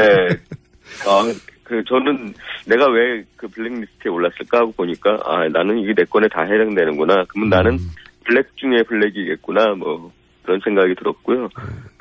김혜수 씨, 송강호 씨가 블랙리스트에 오른 거는 세월호 특별법 제정을 위한 선언에 참여했기 때문인 것 같아요. 박찬욱 감독 같은 분은 어디에 참여하신 건가요? 혹시 아십니까? 박찬욱 감독님은 세월호에 그때 참여하셨고요. 그렇군요. 그리고 박찬욱 감독님의 경우에는 제가 또 부탁을 해서 박원순 후보 지지 선언에 참여하신 적이 있거든요. 그렇군요. 네, 박찬욱 감독님은 2건에 해당되지 않나 싶어요. 재범이고. 네. 감독님은 사범이고요. 예. 네, 그렇더라고요. 상습범이네. 혹시 다른 선언에 참여하신 적은 없어요? 있겠죠. 저야 다른 선언에 열심히 참여하니까. 네. 박근혜 정부가 싫어하는 여러 가지 선언에 참여했기 때문에 나중에 더 나오면 더 걸려들 수도 있겠죠. 본인은 본인이 직접 전화 연결을 받았으니까, 그리고 이제 본인은 올라가서 불이익을 받고 있다는 사실 자체는 몰랐잖아요. 그죠? 저 같은 경우에는 사실 이제 정부 지원을 최근에 정부에서 어떤 지원을 해달라는 것을 신청한 적이 별로 없거든요. 그러니까 그걸 느끼지 못했는데. 네, 그래서 저는 이제 제가 블랙리스트에 올랐다거나 아니면 그것 때문에 이제 뭔가 불이익을 받고 있다거나 하는 느낌을 받지는 않았어요. 네, 정부 지원 사업에 근데 근무한 적이 없기 때문에. 영화진흥위원회라는 영화인들을 위한 기구가 있거든요. 그 영화진흥위원회에 독립영화 제작 지원이라거나 아니면 독립영화 배급 지원이라던가 이런 이제 지원 제도가 있는데, 그 지원 제도에 신청한 사람들 중에 누가 봐도 이분은 지원 받을 만한데 계속 떨어진다. 이런 분들이 있었어요, 최근에. 그래서 이거는 무슨 이유일까? 몰랐었는데. 그냥 이분도 여러 가지 이제 현실 참여들을 많이 했으니 뭔가 이렇게 좀 밉보였나 보다라고 생각을 했지. 이렇게 블랙리스트가 있어서 그 리스트에 있는 사람들을 배제했을 거라고까지는 생각을 하지 않았던 것 같아요. 그렇게 왜 이상하다. 누구나 다 이 사람은 지원 받아야 된다고 생각하고 있었는데 떨어졌던 분들이 역시 이 선언문들 속에 있습니까? 있죠. 그렇군요. 있다는 걸 확인하고서는 리스트가 존재하고 있구나. 그러면은 내도 소용 없었던 거였구나라는 것을 최근에 확인한 거죠. 근데 이제 그 전에는 그냥 우리들끼리만 쉬쉬하면서 그냥 이렇게 사람들 소문일 거야. 그냥 리스트가 있을 거라고까지는 생각 안 했던 것 같아요. 그리고 실제 혹시 리스트가 존재하거나 내가 그래서 밉보여서 떨어뜨리는 거 아니야라고 공개적으로 문제 제기했다가는 다음 응모에서 또 떨어질 수 있으니까 그런 얘기를 안 하게 되죠. 그런 것도 있죠. 맞습니다. 그래서 자기 검열하게 되고 그냥 점점점 침묵하게 되고 위축되죠. 근데 이제 감독님은 어차피 정부 지원 사업에 응모한 적이 없기 때문에. 그리고 이제 저는 박근혜 정부 하에서는 정부 지원 사업에 응모할 거라고 생각 안 했거든요. 그래서 그냥 혼자 잘 먹고 잘 살고 계셨군요. 그래서 아무 생각 없었는데 이 명단에서 본인의 이름을 확인한 순간의 기분이 어떠셨어요? 일단은 2016년에 블랙리스트라는 것을 청와대가 만들어서 정부 부처를 통해서 전달했다라는 것이 저는 너무 개탄할 일이라는 생각이 들어서 너무 화가 나고요. 거기에 이제 내 이름이 들어있다는 것을 확인하고 나서는 한편으로는 영광이다 이런 생각이 들었어요. 시간이 지난 다음에 2016년 그런 리스트, 말도 안 되는 리스트가 있었다랬는데 당신 이름은 있었느냐라고 누가 물었을 때 거기에 없었다고 하면 그러면은 박근혜 정부가 그런 리스트 만드는데 너 이름 없었어? 너 그때 뭐 했어? 뭐 이런 얘기 듣지 않을까. 우스갯소리로 그런 생각도 들었죠. 기뻐하시는군요. 알겠습니다. 한편으로는, 네. 그런데, 이제, 뭐, 그거는 이제, 농담처럼 하는 얘기고요. 아까 말씀드린 것처럼 2016년에 이런 짓을 한다는 것 자체는 저는 너무 개탄스러울 일이라는 걸 다시 한번 얘기 드리고, 이것은, 이미 이제 여러 가지 문건으로, 문건이나 녹취록이나 이런 것을 통해서 확인이 된 거잖아요. 박근혜 정부가 이것에 대해서 그냥 침묵으로 일관할 게 아니라 이 리스트를 만든 사람이 어떤 목적을 갖고 누구의 지시에 의해서 만들었는지 이런 것들을 낱낱이 밝히고 처벌을 해야 된다고 생각을 해요. 알겠습니다. 오늘 말씀 여기까지 듣고요. 네네. 다음에는 직접 피해를 입은 분들 연결해 보도록 하겠습니다. 네. 그러시는 게 좋을 것 같아요. 네. 말씀 감사합니다. 네. 관심 가져주셔서 감사합니다. 네. 지금까지 김조광수 감독이었습니다. 이어서 저희가 문화계는 어떻게 이 사안을 바라보고 있는지 문화연대 최준영 사무처장님 전화 연결해 보겠습니다. 안녕하세요. 네. 안녕하세요. 네. 혹시 이제 이게 언론에 등장한 지가 얼마 안 되니까 아직은 취합되지 않았을 것 같은데 실제 구체적 피해 사례가 모인 게 있습니까? 작년에 저희가 한번 정리를 한 적이 있습니다. 사실은 이 블랙리스트에 대한 심증은 이미 예전부터 박근혜 정부 출범 이후 직후부터 바로 나왔고요. 그래서 작년에 한 차례 정리를 했었는데 그 20여 건 넘게 이미 한 차례 정리가 됐었고, 지금 저희가 안 그래도 이번 블랙리스트 사건을 계기로 해서 추가로 아직 밝혀지지 않은 그런 검열이나 혹은 탄압 사례가 있을 수도 있기 때문에 관련해서는 좀 사례를 좀 모으려고 하고 있습니다. 그러면 이때까지 이것은 그런 해당 사안이다라고 모인 사례 몇 가지만 소개해 주십시오. 언론에 이미 알려진 게 작년 9월이죠. 이게 이제 그 연극 지원 창작 지원 사업에서 이미 그 선정이 되었던 작품, 박근영 연출가의 작품이 그 박근영 연출가 전작이 있습니다. 전작에서 그 박정희 대통령을 풍자한 작품을 만들었다는 이유로 해서 이미 선정된 그 작가를 탈락시킨 적이 있고요. 네. 이때 같이 또 희곡 분야에서도 마찬가지로 평가 점수 1위를 받은 이윤택 작가 작품인데, 이윤택 작가는 그 명단 보시면 아시겠지만 문재인 후보 지지를 했었거든요.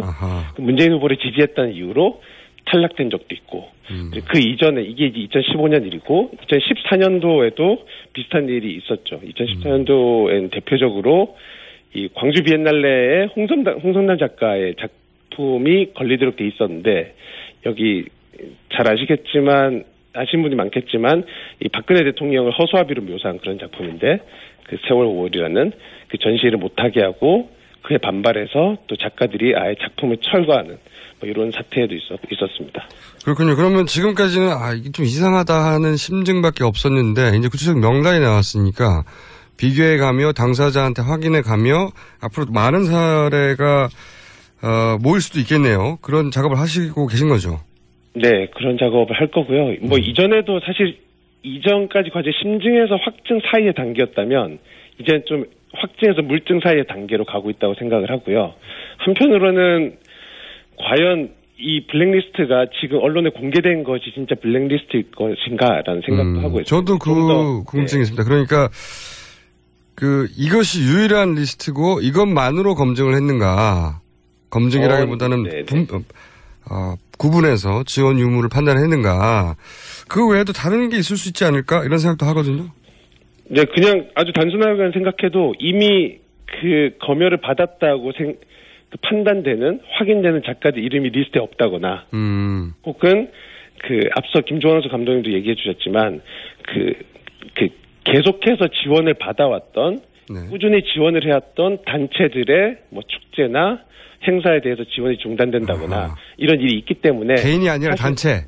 그렇죠. 개인이 아닌 단체도 있기 때문에 그것까지 포함한다면 제 생각에는 아마 청와대 주도로 해서 거의 사찰 수준의 무슨 리스트가 있지 않을까. 특히나 박근혜 정부 같은 경우는 이 대통령 혹은 대통령의 아버지 박정희 전 대통령에 대한 풍자라든지 이런 데 아주 민감한 거잖아요. 그리고 세월호, 그러니까 7시간 여부가 아직 밝혀지지 않았는데 세월호나 박근혜, 박정희 대통령 이런 부분에 대한 풍자나 묘사나 예술 작업에 대해서 매우 민감하기 때문에 최소한 이 부분에 특화된 리스트라도 있지 않을까, 가지고 있지 않을까, 이렇게 좀 추측을 해볼 수 있을 것 같아요. 아, 그러니까 지금 공개된 것은 세월호 관련된 선언이나 혹은 정치적 지지 표명을 한 정도의 리스트에 불과하지, 여기 없는 것이 예를 들어서 지금 말씀하신 박근혜 대통령의 아버지인 박정희 전 대통령에 관한 사안이나 이런 사안들을 풍자하거나 비판하는 사람들도 분명히 지원을 못 받고 있는데 그 리스트가 여기는 없으니 적어도 그런 건 존재할 것 같다는 이제 심증을 가지고 계신 거죠? 네, 그런 심증을 가지고 있고요. 그래서 이게 다가 아니다고 생각하시는 거죠? 네, 그렇기 때문에 저는 이제 이 리스트, 현재 공개된 리스트를 전제로 해서 어떤 조사나 이런 걸 요구할 것이 아니라 과연 이 리스트를 뛰어넘는 또 블랙리스트가 존재하는지에 대한 사실 여부 확인, 진상 규명부터 출발을 해서 뭐 책임자 처벌이나 이런 식으로 좀 나아가야 되지 않을까 생각합니다. 알겠습니다. 오늘은 여기까지 해야 될 것 같은데, 왜냐하면 구체적인 사례들이 아직 다 모이지 않았기 때문에 구체적 사례들이 충분히 추적되면 저희가 다시 한번 전화 연결드리겠습니다. 네, 감사합니다. 네, 오늘 말씀 감사합니다. 지금까지 문화연대 최준영 사무처장이었습니다.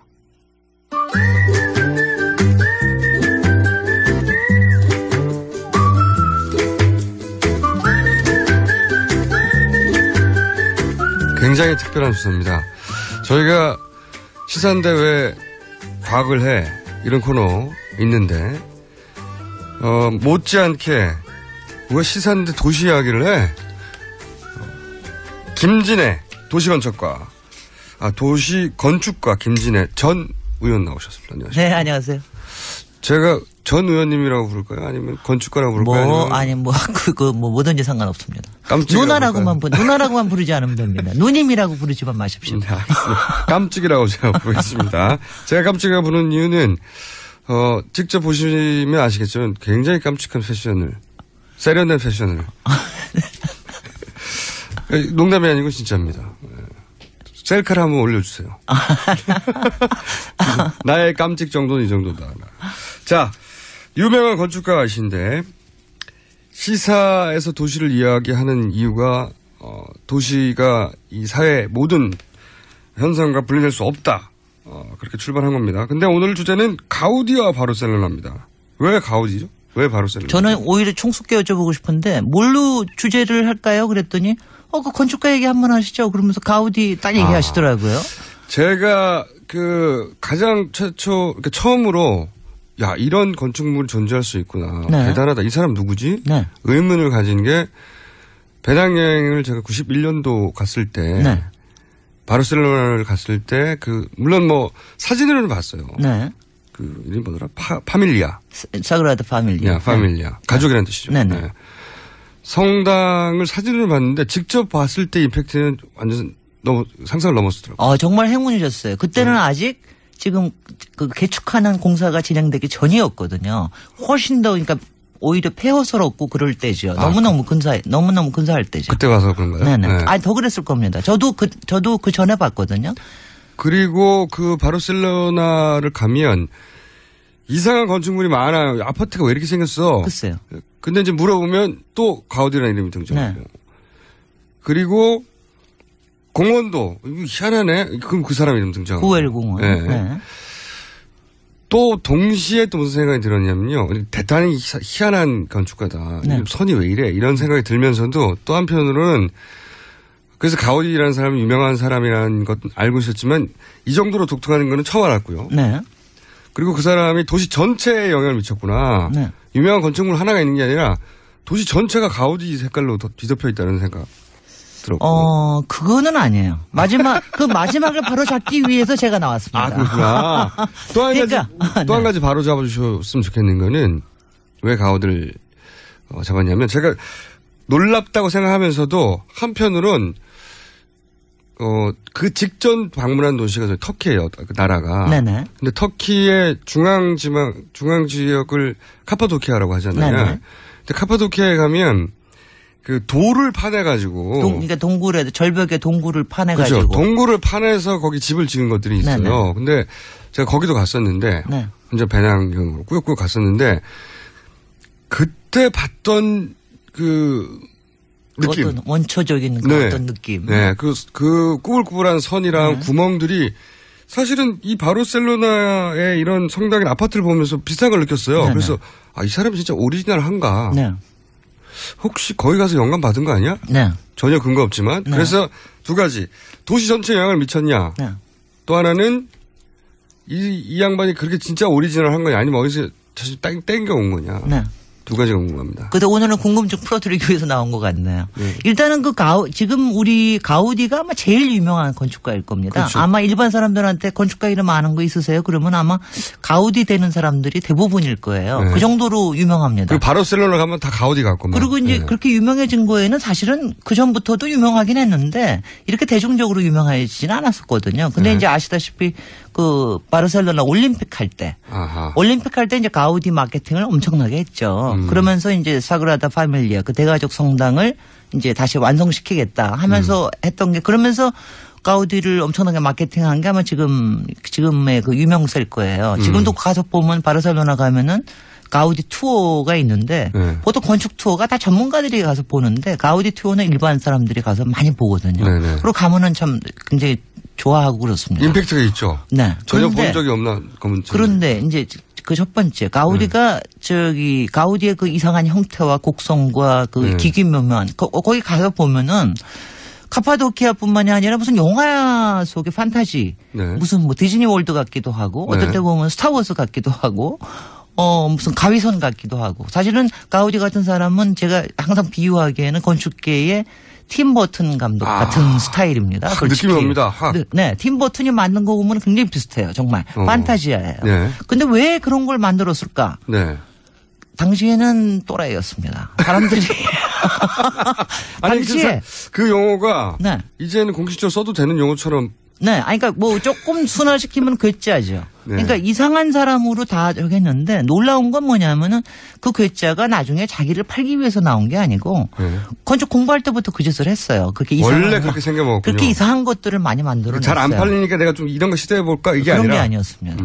그런데 그게 그러니까 일생 동안 그것만 추구를 한 거죠. 그러니까 그게 굉장히 놀라운 점이고요. 그리고 이 사람이 영감을 받은 거는 당시에 뭐 세계 여행에 영향을 받지는 않았을 텐데 이 사람은 정말 이 사람을 바르셀로나의 건축가라고 얘기할 게 아니라 사실은 카탈루냐 문화의 건축가입니다. 카탈루냐 문화 아시죠? 네네네. 스페인에서도 굉장히 독특하고 독립성 강하고 돈도 많고 문화적으로 굉장히 다양하고 항상 문화적인 충돌이 있고 이런 거에 카탈루냐의 건축가라고 봐야 돼요. 프랑스 내전이 이제 둘 사이 민족 이렇다. 그렇습니다. 네. 그래서 카탈루냐의 문화를 대표하는 이제 건축가라고 볼 수 있고요. 이 사람은 또 모든 거를 자연에서부터 출발을 했습니다. 그러면 어쩌면 터키에서 그 영감을 받았을 수도 있겠습니다. 그건 가서 물어보세요. 그런 기록은 없습니다. 기록은 없지만 비슷하지 않습니까? 근데 보시면은 가서 보시면 모든 게 나무, 꽃, 무슨 물결, 파도, 바위, 해골, 해골뿐만이 아니라 이상하게 생긴 외계인 같은 것도 있고 엄청난 것들이 많은데 사실은 이제 놀라운 거는 이 사람이 놀라운 건 이거 한 가지예요. 이 사람은 당시에 100년 전에 그걸 다 만들었는데 그게 지금 당시에 그 구조를 해석하는 구조역학이라는 거 있잖아요. 우리 구조역학은 다 딱딱한 네모 아니에요. 그렇죠. 기둥이 있고 이제 위에 건물이 안 무너지려면 구조적으로 튼튼해야 되니까. 근데 그거를 갖다 이 사람은 다 포물선으로 만들고 그랬는데 이거를 계산을 어떻게 했죠? 글쎄 말이에요. 이 사람이 수학을 엄청나게 잘했습니다. 근데 이 사람은 모든 걸 자연의 형태에서 나와서 당시에 지금으로 말하면 이제 비선형 기하학이라고 그러는데 이걸 혼자서 만들어낸 사람이에요.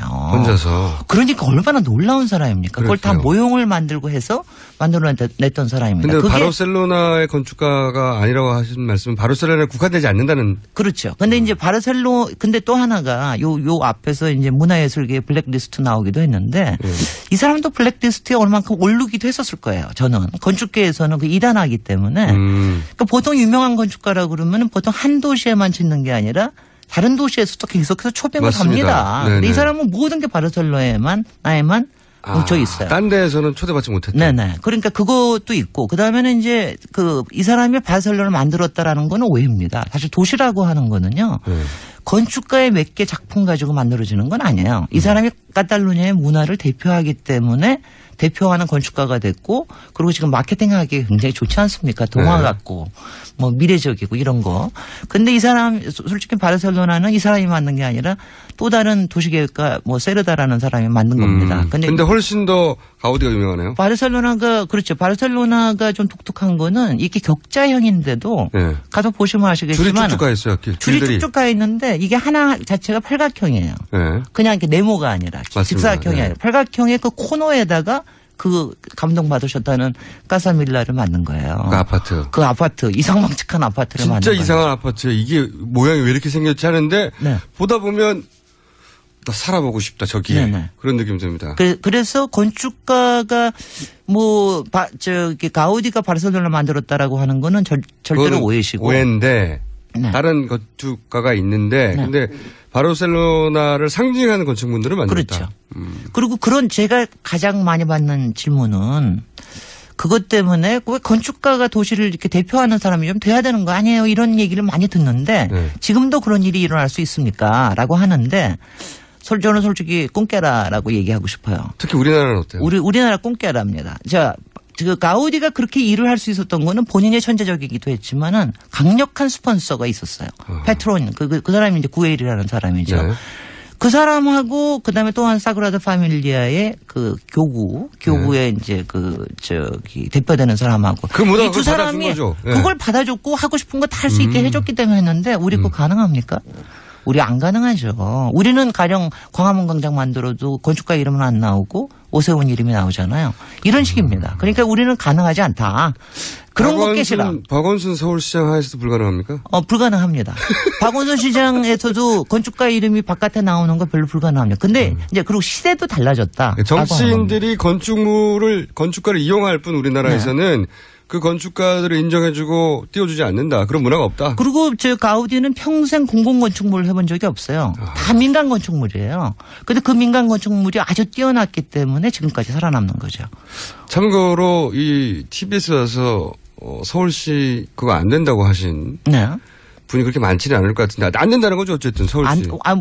아니요. 지금 이제 여러 가지 일들이 진행되고 있는 건 저도 알아요. 젊은 건축가들이 많이 증언되고 있는 것도 아는데 다 이렇게 생각하시죠. 나쁘게 생각하면 활용되는 거고 좋게 생각하면 우리가 기여를 하고 있는 겁니다. 그리고 그런 것들이 쌓여서 좋은 도시 서울이 만들어지는데 조금이라도 기여하는 거지 가우디가 나오는 건 아닙니다. 그러니까 지금은 정치 아래에 사실 건축 혹은 크게 보자면 문화예술이 있는 거고 우리나라에서는. 그러니까는 이렇죠. 가우디 같으면 당시에 무슨 가령 문화계 차은택 같은 소리는 절대로 안 들었던 사람이죠. 그러니까 지금 우리나라도 나중에 또 다른 건축가 얘기할 때도 있었는데 우리나라도 그런 사람들이 있었습니다. 권력을 이용하는. 저는 가령 차은택 같은 사람이 지금 문제가 되는 게 권력을 이용해서 자기 걸 하려고 하는 거거든요. 그렇게 안 했다는 거죠. 그렇게 해가지고 문화 망칩니다. 저는 이제 가우디 얘기를 하려 했더니 박원순 시장님도 끌려 나와가지고 혼나시고 여러 인물들이 등장했습니다. 건축과 정치가 떨어져 있지 않군요. 오늘 여기까지 해야 되겠습니다. 도시 건축가 김진애 건축가였습니다. 감사합니다. 감사합니다. 다음 주에 뵙고요. 저는 오늘은 여기까지 하고 내일 다시 뵙겠습니다. 안녕.